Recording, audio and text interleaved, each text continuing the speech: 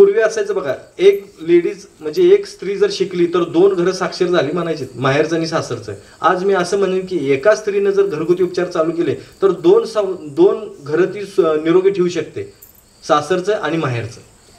बघा, भावाला काय झालं तर तुम्ही लगेच फोन करून सांगणार, ते तसं नाही, अरे असं कर, ती ह्याव कर त्याव कर, ती युट्यूबवरती हे बघ, त्याच्यावर लिहिलंय बघ, त्याच्यावर केलंय बघ. ते सांगणार की नाही तुम्ही भावाकडे, सांगणार की नाही? होय. दिराला नाही सांगितलं तर चालते, की भावाला सांगायचं आहे की करायला. हां, थँक्यू. नाही तसंच असतं, बायकोनं सांगितलं की ऐकायला, मेहुणीनं सांगितलं बरोबर ऐकते, ठरलं नाही आहे का नाही? बाकी कोण मदत मागू दे अजिबात नाही, मेहुणीनं मागितली की लगेच मदत. गळ्यातली चेन काढून देणार, ठेव आणि घे पैसे म्हणून, चेन माझ मी आणतो नंतर सोडवून. असो चला, पण सगळ्यांनाच मदत करा, नुसतं मेहुणीला करू नका.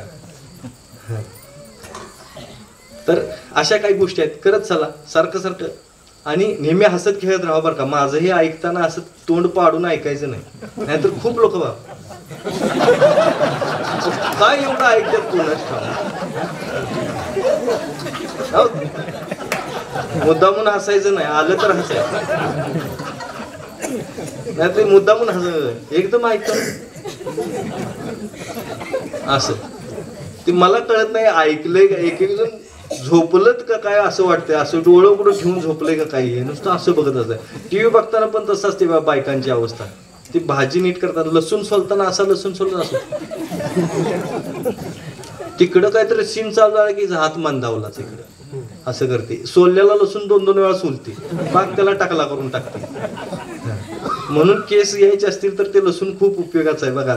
आपल्याला जर वाटतं ना टक्कल वगैरे जरा असं प्रयत्न करायला काय हरकत आहे, तर लसणाचं ते लावून बघा, बऱ्यापैकी तुम्हाला असे पुरळ येतात, जखम झाल्यासारखी होती, मोड्या आल्यासारखं, म्हणजे मोड्या येतात ना चेहऱ्यावर तसे पिंपल्स येतात, त्यातनं येऊ शकतं. रूट जर तुमचे ओपन असतील तर येणार 100% करून बघा ना, करायला काय हरकत आहे. लसूण खूप उपयोगाचं आहे, हृदयासाठी तर सगळ्यात बेस्ट आहे.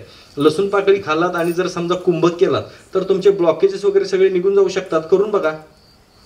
आणि बरीच लोक ना ते कोलेस्ट्रॉल चेक करतात, 100 तपासण्या करतात, काय काय तपासण्या करणं बंद करा. यांसारख्या अशा अनेक नवनवीन व्हिडिओ पाहण्यासाठी आमच्या चॅनलला अवश्य सबस्क्राईब करा. धन्यवाद.